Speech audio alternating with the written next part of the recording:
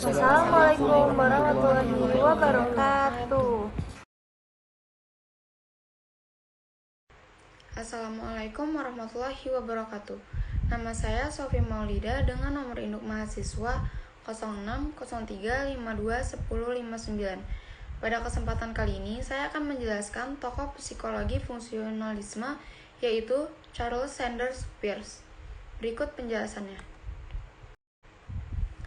Charles Sanders Peirce dilahirkan pada tanggal 10 September 1839 di Cambridge.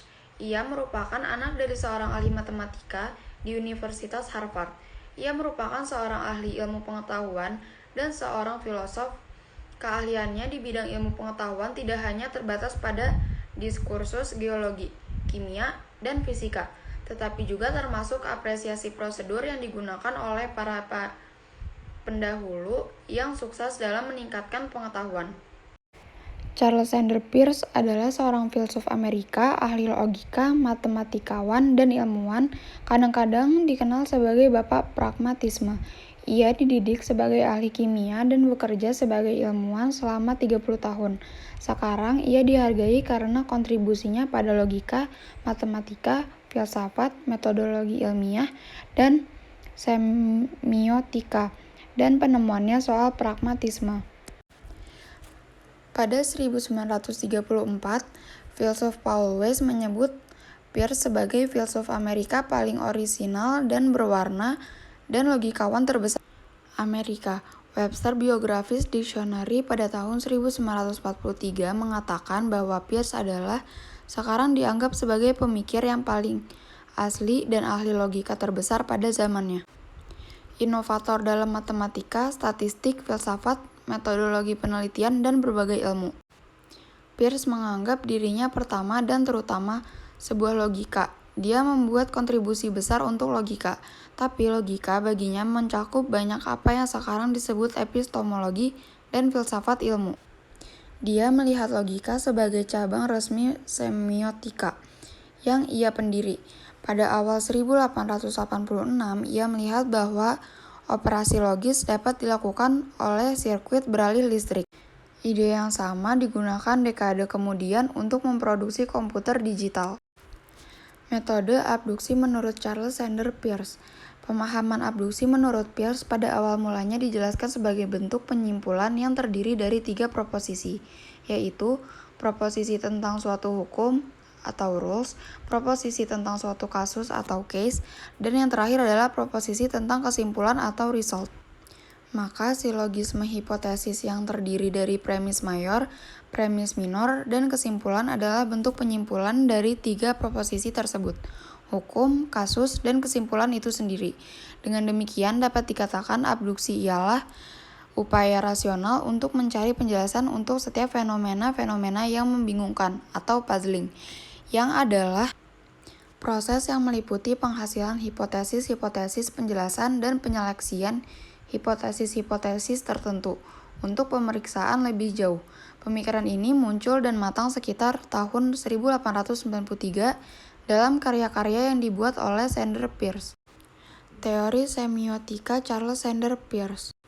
Dalam ilmu sosial, Peirce adalah salah satu tokoh yang turut mengembangkan ilmu semiotika. Konsepnya mengenai tanda seringkali dijadikan rujukan dalam menginterpretasikan semua tanda yang ada di dunia ini.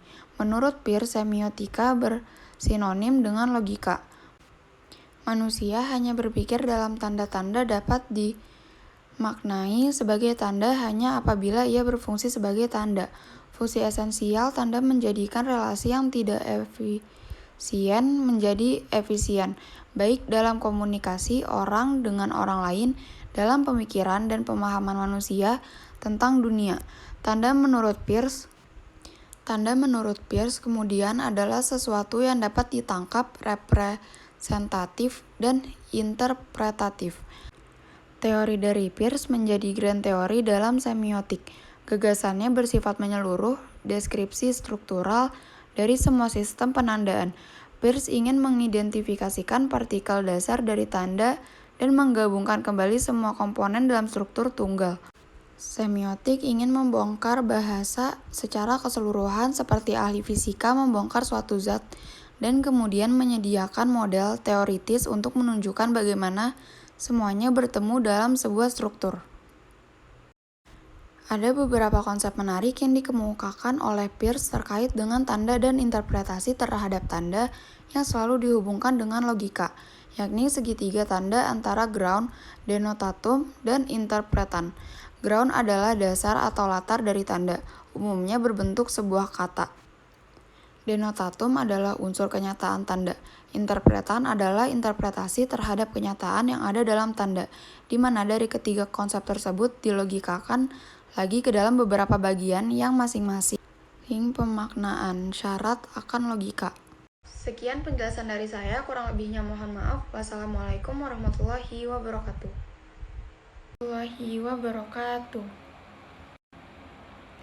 Perkenalkan, nama saya Sofi Maulida dengan nomor induk mahasiswa 0603521059. Pada kesempatan kali ini, saya akan menjelaskan salah satu tokoh, yaitu John Dewey.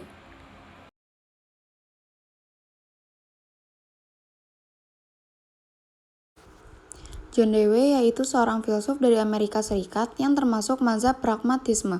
Selain sebagai filsuf, Dewey juga dikenal sebagai kritikus sosial dan pemikir dalam segi pendidikan.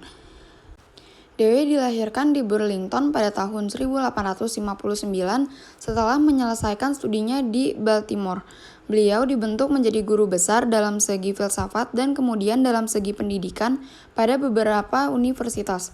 Sepanjang karirnya, Dewey menghasilkan 40 buku dan semakin dari 700-an artikel. Dewey meninggal dunia pada tahun 1952.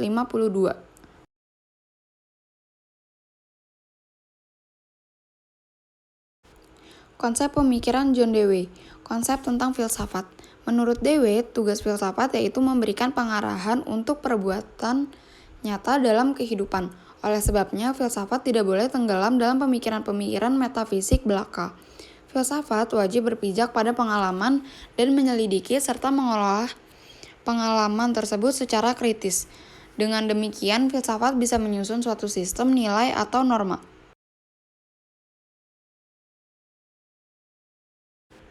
Konsep tentang agama.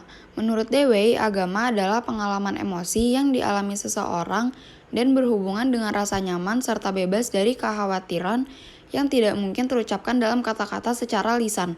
Pengalaman spiritualitas dan kesusilaan seseorang didapat bukan dari pembentukan secara keagamaan, tetapi sebagai hasil perkembangan seluruh bakatnya, dan jati dirinya hanya dapat direalisasikan dalam masyarakat yang demokratis.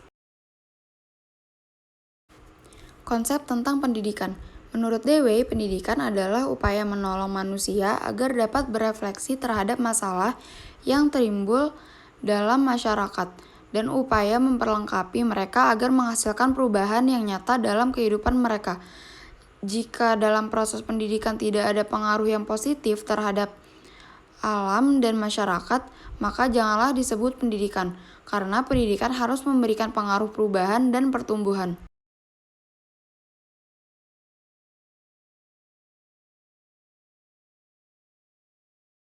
Nama saya Syakra Dalia dengan NIM 0603521063. Hari ini saya mau mempresentasikan seorang tokoh psikologi fungsional yaitu James Roland Angel. Angel lahir pada 8 Mei 1869 di Burlington, Vermont.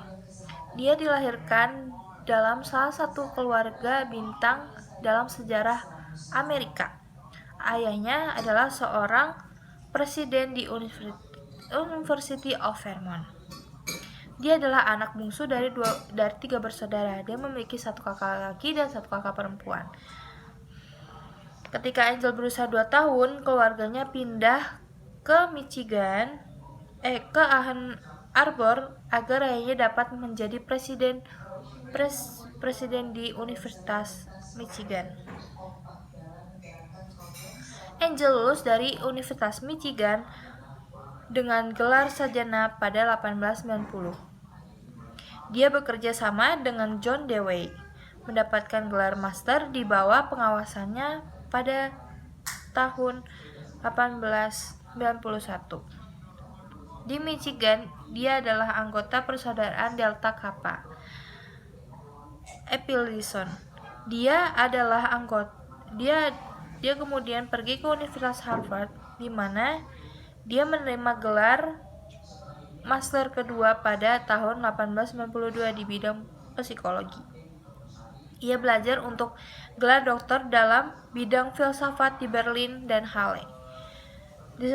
Disertasinya tentang perawatan kebebasan kan diterima, tetapi membutuhkan perubahan gaya yang tidak pernah dia selesaikan.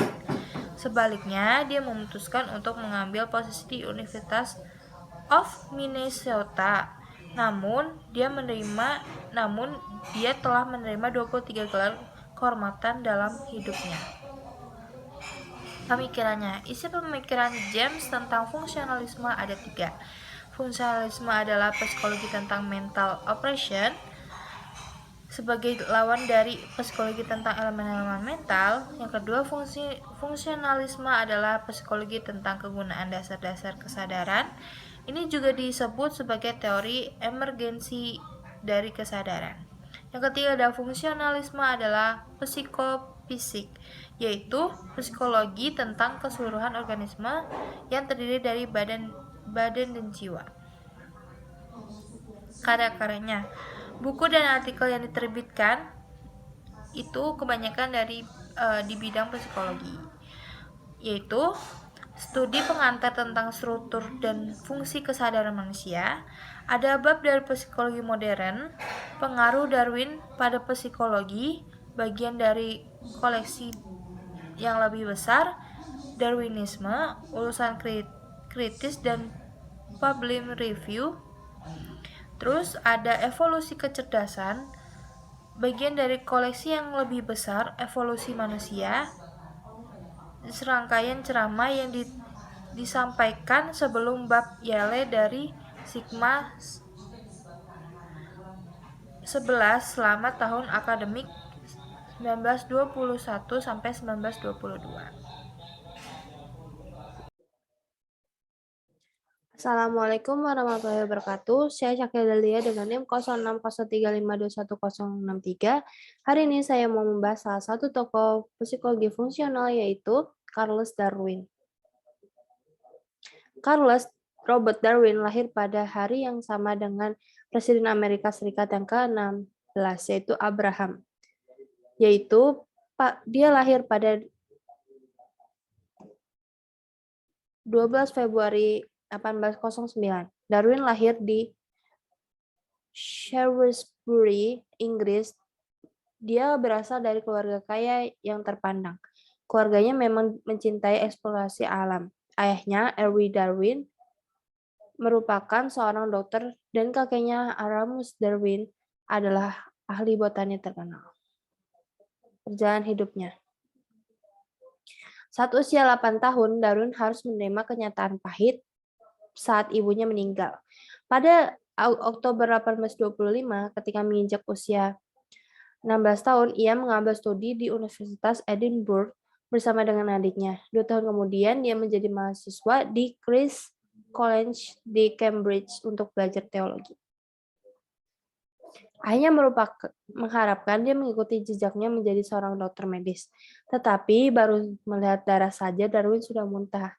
Setelah lulus dari Christ's College sebagai sarjana seni pada 1831, Profesor Botani James Stephen Henslow, yang juga menjadi mentornya, merekomendasikan menjadi naturalis dalam pelayaran HMS Beagle. Kapal itu akan mengelilingi dunia selama 5 tahun. Dari situlah Darwin mendapatkan kesempatan menjadi naturalis muda yang sedang bersemi. Selama perjalanannya, Darwin mengumpulkan berbagai jenis seperti burung, tanaman, dan juga fosil. Melalui riset dan eksperimen berlangsung, ia memiliki kesempatan unik untuk mengamati secara dekat kaidah botani, geologi, dan zoologi. Kepulauan Pasifik dan juga Kepulauan Galapagos sangat menarik perhatian Darwin, seperti juga Amerika Selatan. Dalam perjalanan kembali ke Inggris pada 1836, Darwin menuliskan penemuan pada Journal of Research yang kemudian disunting menjadi Zoology of the Voyage of the Beagle. Pelayaran tersebut telah mempengaruhi pandangan Darwin terhadap sejarah alam. Dia mengembangkan teori revolusioner tentang asal-usul makhluk hidup dan yang kontras dengan pandangan naturalis lainnya. Apa saja teori evolusi Darwin? Teori evolusi Darwin menyatakan bahwa hewan dan tumbuhan berasal dari suatu spesies yang sama. Spesies tersebut mengalami perubahan fisik seiring dengan berjalannya waktu dikarenakan adanya seleksi alam. Hal ini berlangsung secara terus-menerus hingga terbentuk spesies modern seperti sekarang, yaitu membentuk pohon keluarga yang terus bercabang. Kematiannya. Pada Maret 1882, ia mengalami kejang dan juga meninggal karena serangan jantung pada 29 April 1882. Banyak teman dan juga kolega yang menginginkan peringatan besar untuk mengenang Darwin daripada sekadar dimakamkan di desanya. Mereka ingin sesuatu yang lebih baik untuk menghormati sang naturalis. Darwin dimakamkan di Westminster Abbey. Dia dibaringkan dalam kemegahan gerejawi pada 26 April 1882 di samping ilmuwan John Herschel dan Isaac Newton. Sekian dari saya, kurang lebihnya mohon maaf. Wassalamualaikum warahmatullahi wabarakatuh.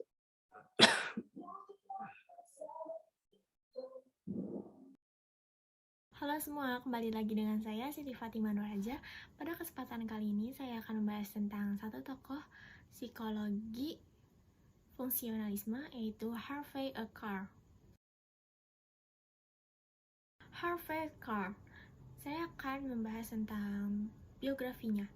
Harvey Carr lahir pada April tanggal 30, 1873 sampai meninggal pada tanggal 21 Juni 1954. Ia adalah seorang Amerika psikolog dan mengembang fungsionalisme seiring dengan John Dewey dan James Rowland Angel. Ia dikreditkan dengan perkembangan fungsionalisme sebagai sebuah sekolah pemikiran psikologi terbuka Amerika terhadap pendekatan fungsionalis. Ia juga mantan presiden American Psychological Association dan profesor emeritus pada masa lalu dari University of Chicago.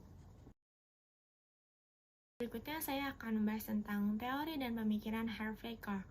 Carr menggantikan Angel sebagai kepala departemen psikologi di Chicago setelah menerima gelar PhD-nya.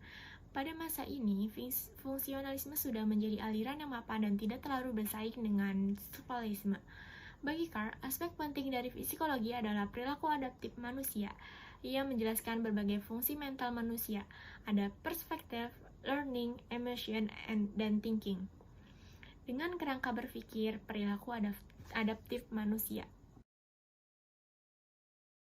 Berikutnya ada pengaruh Harvey Carr dalam psikologi. Carr mengembangkan ruang lingkup psikologi dari segi kelompok, yaitu ada anak, binatang, maupun bidang kajian, psikologi abnormal, psikologi testing, psikologi terapan. Hal ini dimungkinkan karena aliran fungsionalisme lebih terbuka kepada perbedaan individual dan bidang aplikasi daripada strukturalisme.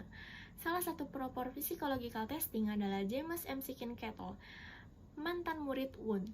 Selanjutnya, bidang psikological testing ini menjadi salah satu bidang kajian penting dan paling populer dalam psikologi. Oh ya, Carr juga memperkenalkan pentingnya perilaku nyata sebagai representasi dari aktivitas mental. Pandangan ini mempersiapkan jalan bagi berkembangnya aliran baru, behaviorisme yang berpegang pada perilaku nyata sebagai satu-satunya objek psikologi. Memperkenalkan konsep penyesuaian diri sebagai objek psikologi.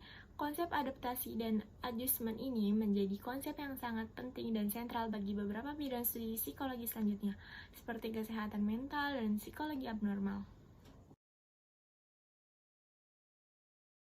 Nah, segitu dulu penjelasan dari saya mengenai Harvard Car. Kurang lebihnya mohon dimaafkan.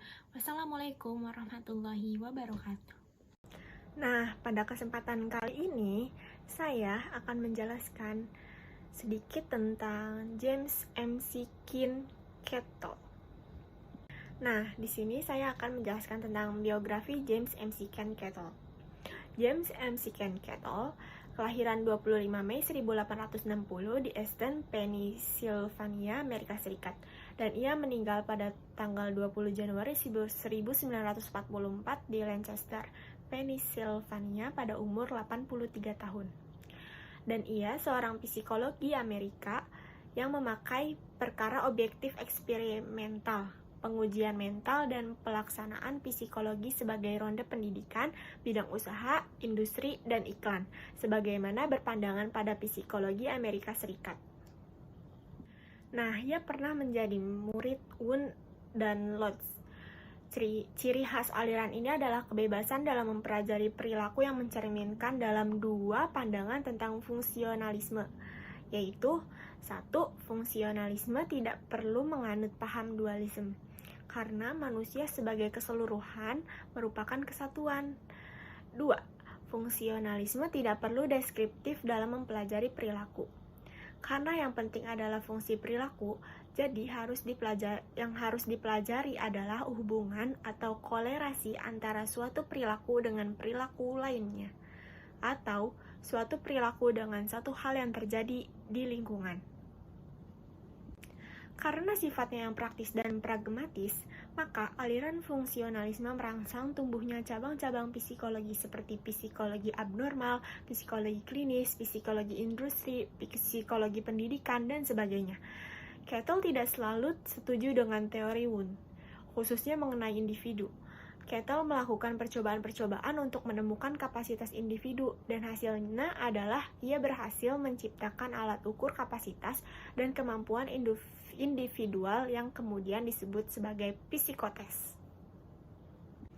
Cukup sekian penjelasan saya mengenai James McKeen Kettle. Kurang lebihnya mohon maaf. Terima kasih. Assalamualaikum warahmatullahi wabarakatuh. Perkenalkan, nama saya Siti Rasya Dika Putri dari kelompok 4. Kali ini saya akan mempresentasikan mengenai psikologi fungsionalisme menurut Arnold Lucius Gesell. Yang pertama ada biografi dari Arnold Lucius Gesell. Arnold Lucius Gesell lahir di Alma, Wisconsin pada tanggal 21 Juni 1880. Ia belajar psikologi di Clark University dan mendapat gelar doktoral pada tahun 1906. Ia adalah seorang psikolog dan dokter anak asal Amerika. Dengan pendekatannya itu, ia juga dikenal sebagai bapak psikologi anak. Ia juga mengakhiri karir sekaligus kehidupannya pada 29 Mei 1961 di New Haven, Connecticut. Selanjutnya ada penelitian tentang perkembangan anak. Selama ini, Gesell mengabdikan dirinya untuk meneliti lebih lanjut tentang perkembangan anak dengan cara mengadopsi untuk pertama kalinya menggunakan kamera video untuk mendokumentasikan perilaku anak-anak. Ia juga mempelopori penggunaan banyak teknik yang kemudian menjadi umum di cabang psikologi ini. Selanjutnya ada teori pembangunan. Ide-idenya tentang perkembangan normal anak-anak tercermin dalam teori maduratif tentang perkembangan anak yang pertama kali diperkenalkan pada tahun 1925. Kontribusi utama teori Gesell adalah gagasan bahwa semua anak melewati fase yang sama dalam proses perkembangan mereka. Setelah lebih dari 50 tahun penelitian dan observasi di kliniknya untuk pengembangan anak di Yale, teorinya telah sangat mempengaruhi bidang psikologi perkembangan serta bidang pendidikan. Selanjutnya ada dasar teori. Gesell percaya bahwa perkembangan anak dipengaruhi oleh lingkungan dan gennya. Bagi Gesell, faktor utama dalam proses pematangan seseorang adalah kecepatan di mana sistem sarafnya berkembang. Semakin kompleks ia lakukan, semakin banyak pikirannya berkembang dan semakin perilakunya berubah. Oleh karena itu, peran lingkungan dan pendidikan adalah untuk beradaptasi dengan proses pematangan anak untuk mempromosikan pembelajaran yang secara alami akan terjadi ketika sistem saraf Anda berkembang. Selanjutnya ada pola perilaku. Karena tertarik pada perkembangan normal anak-anak dan perubahannya, Gesell mengabdikan dirinya untuk mempelajari pola kebiasaan dalam pematangan individu. Untuk itu, ia mengembangkan daftar perilaku normal yang anak-anak lalui dalam perkembangan mereka jika tidak ada masalah. Dan yang terakhir ada karya-karya. Buku pertama Gesell muncul pada tahun 1912.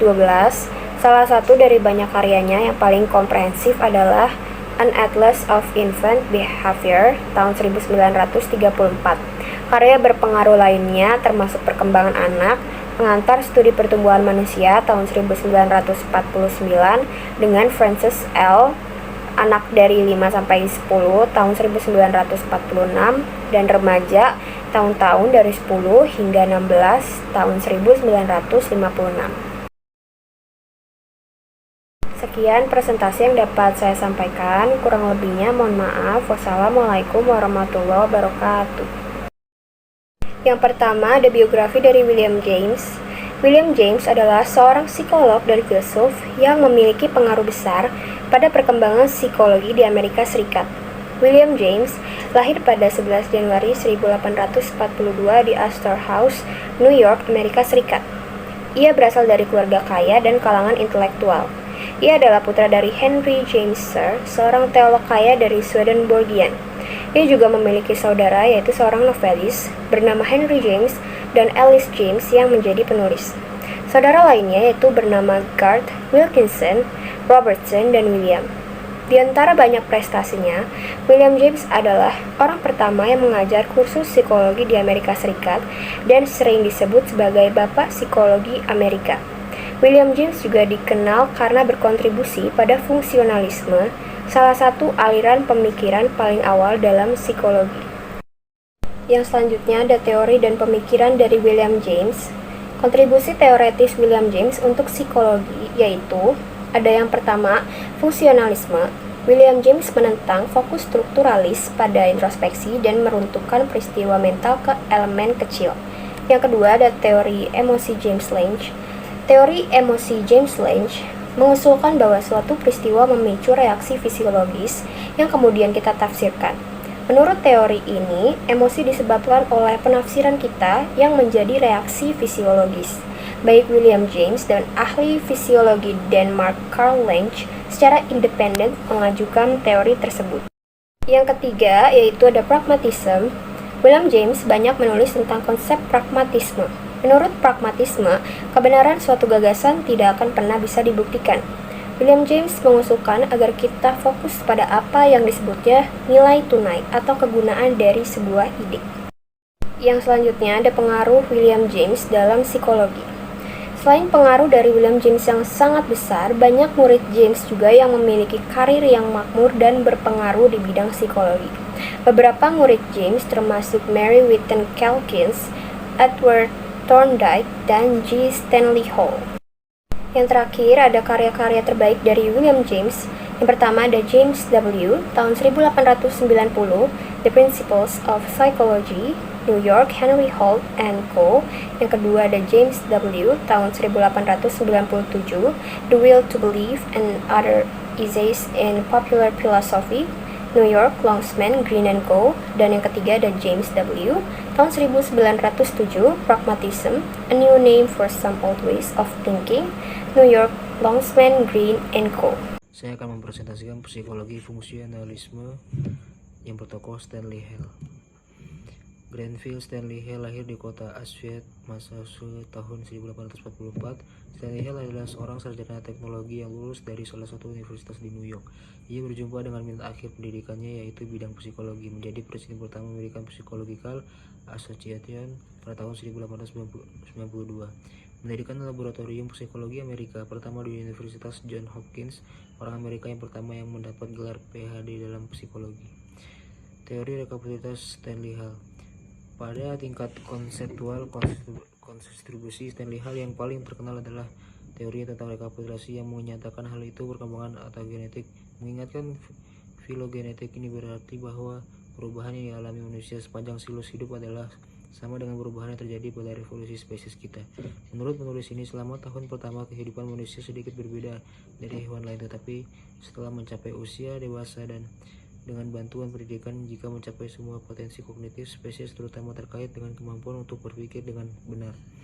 Stanley Hall menggambarkan karakteristik yang berbeda dari perkembangan pada tahap awal dalam kehidupan, yang merupakan orang-orang dari memusatkan minat mereka meskipun menjelang akhir hidupnya. Ia juga berteori tentang penuaan anak usia dini. Pada tahap pertama kehidupan, kira-kira sampai 6-7 tahun, anak-anak merasakan dunia di atas segalanya melalui indera. Alasannya masih sangat belum matang dan pengaruh sosialisasi dan berpengaruh. Stanley Hall menganggap bahwa pada periode ini orang-orang kami sangat mirip dengan binatang, khusus untuk kerja yang ia lihat sebagai nenek moyang manusia. Pada anak usia dini, anak-anak memiliki banyak aneuri pada tubuh mereka, berkembang sangat cepat.